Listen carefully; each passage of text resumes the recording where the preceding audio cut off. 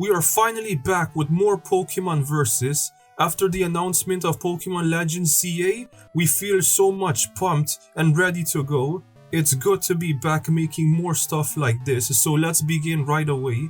In this video, we'll see who's better, Dragonite or Tyranitar. Come to by everyone, how's it going? I'm Jill aka Dr. Dork from the Twin Splash channel and welcome to today's challenge. My twin brother aka Professor Dork and I challenge each other to see which of the pseudo-legendaries are better in Pokémon Crystal. One of my brother's favorite Pokemon is Dragonite, so it's fair to let him have it. I'll be using Tyranitar in this case. The rules are simple. We can only use the chosen Pokemon in every battle with no substitute, no healing potions or battle items during battle, no held items, no TMs or HMs. We can only use the move that our Pokemon learns via leveling up. With these rules, we can see which one of the pseudo-legendary is better suited for all rival battles, gym leaders, Elite Four, and the champion. Because this is Gen 2, you can expect that the moving pool can be a bit... But that's what makes this challenge unique. When we were kids, we always went for the attacking moves or blast our Pokemon with every HMs that we managed to get our hands on. But this challenge makes you look at how hard this game can be when you don't use those precious TMs. So without any further ado, let's begin. During the rival battle and the first gym, Dratini already has a bad start. With only Wrap as its attacking move, you can tell that Wrap is very terrible, which makes the run very slow, boring, and hard. While Larvitar starts with Bite, even though Bite is considered a special attacking move, it's still way better than Wrap. Dratini had to learn Thunder Wave and Twister in order to beat the first gym.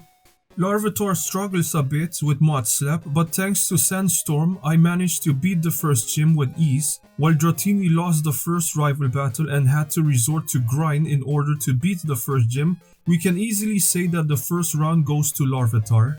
After disposing of Team Rocket like trash, during the second gym the table has turned. Dratini easily beats the second gym and the rival using Thunder Wave and Twister. Larvitar struggled because it's slower than Scyther, and Sandstorm didn't do much. Every Fury Quarter Scyther uses, it increases its damage, while Bite only does a small portion without the chance of flinching. Larvitar won because Scyther misses 2 times. As for the rival, it was the same. Thanks to our grinding and RNG, Larvitar beats the rival for the second time. This is a no-brainer. The second round goes to Dratini.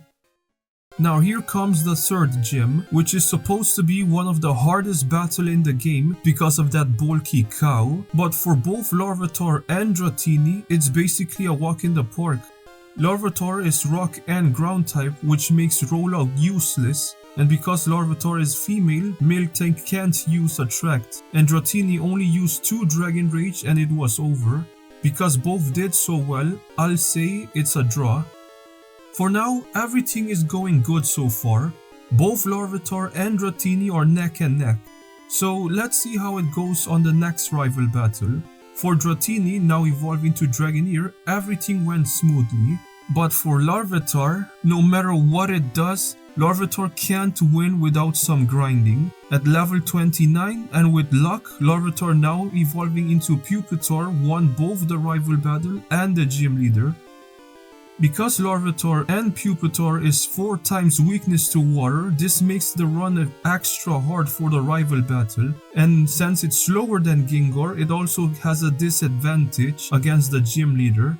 So this round is definitely in Dragoneer's favor. Moving on, now that we're going to the 5th gym, I'm sure things will get easier, right? Nope, it gets harder from here.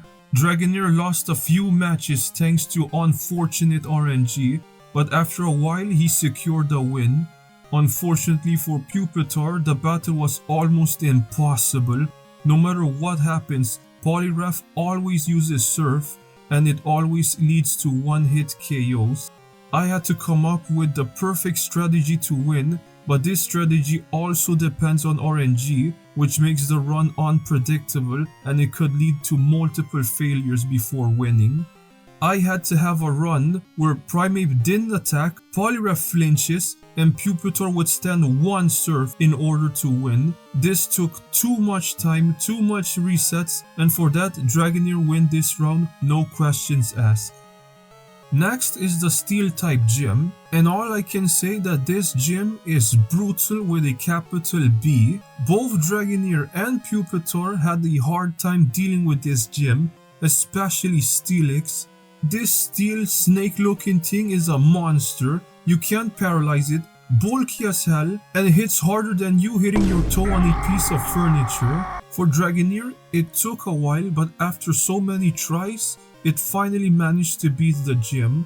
Pupitar on the other hand was impossible. Pupitar didn't have any moves that can hurt Steelix, and whenever Steelix used Iron Tail, all it takes is 2 hits or a crit to finish Pupitar off. It was so bad that I had no choice but to skip this gym and come back when I'm at a higher level. Now you can see the importance of using TMs or HMs. Because of this terrible matchup, Dragonair once again takes this round as the winner. In the 7th gym, you would think that it's going to be harder than the 6th gym, since both Dragonair and Pupitar are weak against ice types, but that wasn't the case. Both beat the gym with no struggle, and did you know that the 7th gym leader is actually lower level than the 6th gym?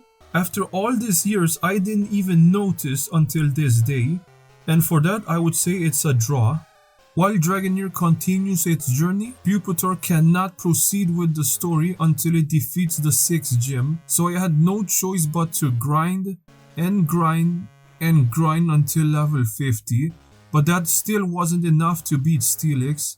After an hour of resets, I finally got the perfect run where Pupitar won with only 1 HP left. With that I can finally continue. We had to face our rival again, but this time both our Pokemons finished the job easily.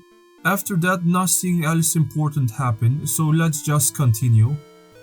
For the 8th gym, it went easier than expected. Dragonair used Safeguard to avoid Thunder Wave, and Pupitar just spammed Rock Slide and 1 Screech on Kingdra, and it took 1 Surf before it gets one-shotted. Overall, this gym was a draw. Well, you can say that Pupitar has a higher disadvantage because of the 4 times weakness to water, but Dragonair also is weak to dragon, so it evens it out, and I would still say that it's a draw. One important note is that Dragonair and Pupitar are close to evolving, but there's one thing: Dragonite learns Outrage at level 61 and Tyranitar learns Earthquake at level 61 as well, but if you don't evolve them, they learn those moves at level 56.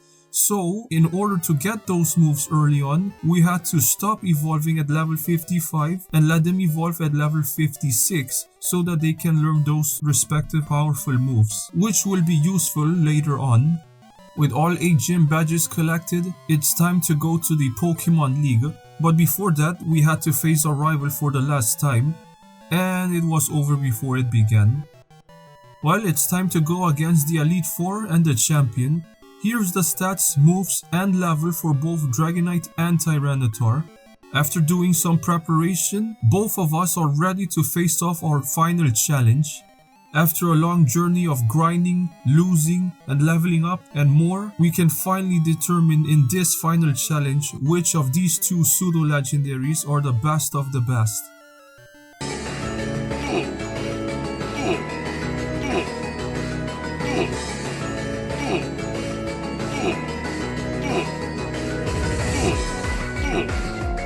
None of the Elite Four can stand a chance against the awesome power of Dragonite and Tyranitar. Well, except for Karen, but that was because of RNG, so it doesn't count. And now it's the final battle, the champion, the Dragon Master, the guy who has 3 Dragonites, and he got basically one-shotted by Tyranitar's Rock Slide and Dragonite's Outrage. And there you have it, we beat the game and become Pokemon League champions with just our single Pokemon, but the question is, who's the better pseudo-legendary Pokemon? Well, based on this run, we can clearly say that the winner is Dragonite.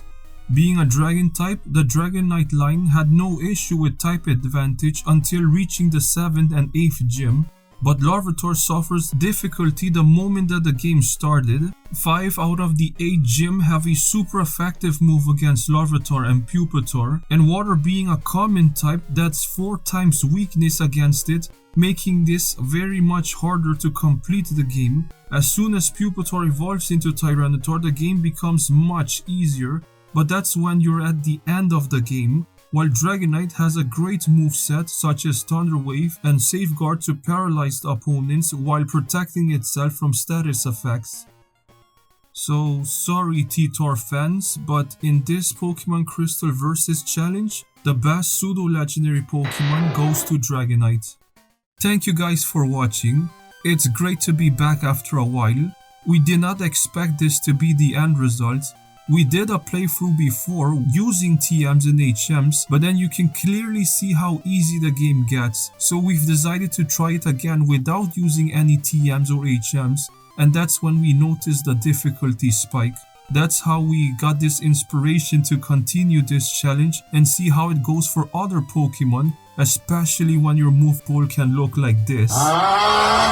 Thank you guys again, and I actually really enjoy making this video again after a long while. Leave a suggestion on what Pokemon do you want to see on our next challenge. And with that, I'll see you guys somewhere else. Bye now.